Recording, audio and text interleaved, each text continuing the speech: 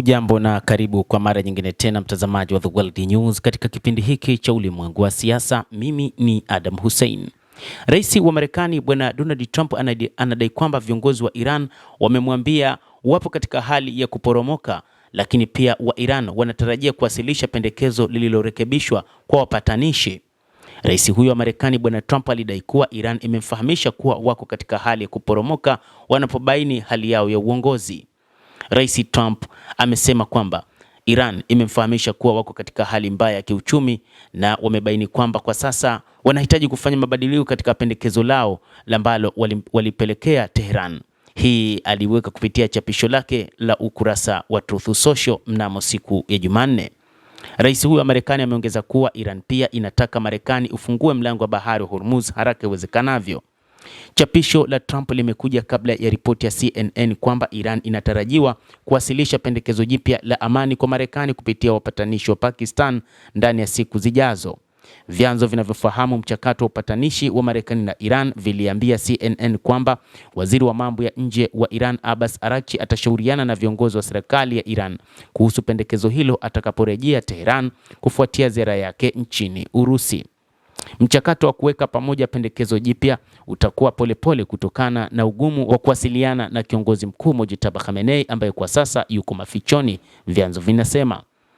Rais huyo hakufurahishwa na pendekezo la hapo awali la Iran.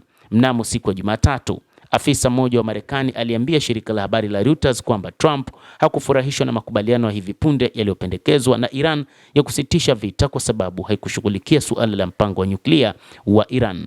Pendekezo la Iran litachelewesha mjadala wa mpango wa nyuklia wa Iran hadi vita ambavyo vimesitishwa kwa sasa kutokana na makubaliano ya kusitisha mapigano kati ya Marekani na Iran vitakapomalizika rasmi na mzozo unaoendelea kuhusu mlango wa bahari wa Hormuz utatuliwe.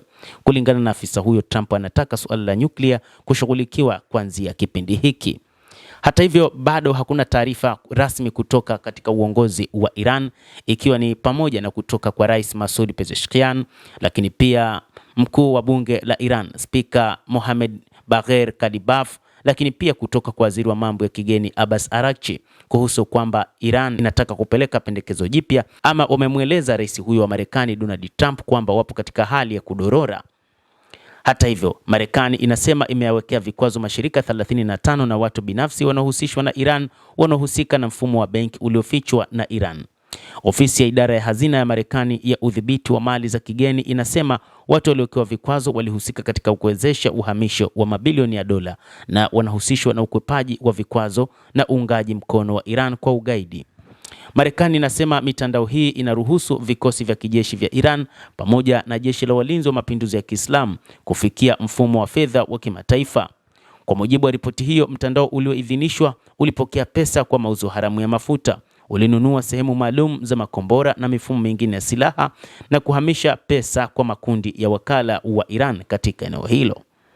Mtazamaji, endelea kutufuatilia na nikusihi usisahau kulike, usisahau kucomment, kadhalika usisahau kusubscribe channel yetu hii ili upate habari hizi kwa mapana kupitia The World News.